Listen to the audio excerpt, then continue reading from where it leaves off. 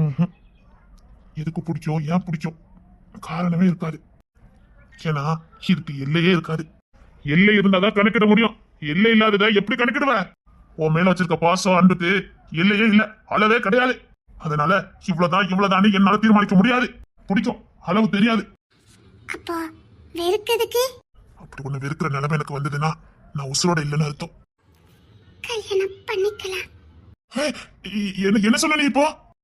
ஒரு வாட்டி தான் சொல்ல முடியும், ஒயாமலாம் சொல்லிட்டு இருக்க முடியாது. மறுபடியும் உன் வாயால சொன்ன, நான் சரியா கவனிக்கல. நீ என்னமோ சொன்னிய, என்ன சொன்ன?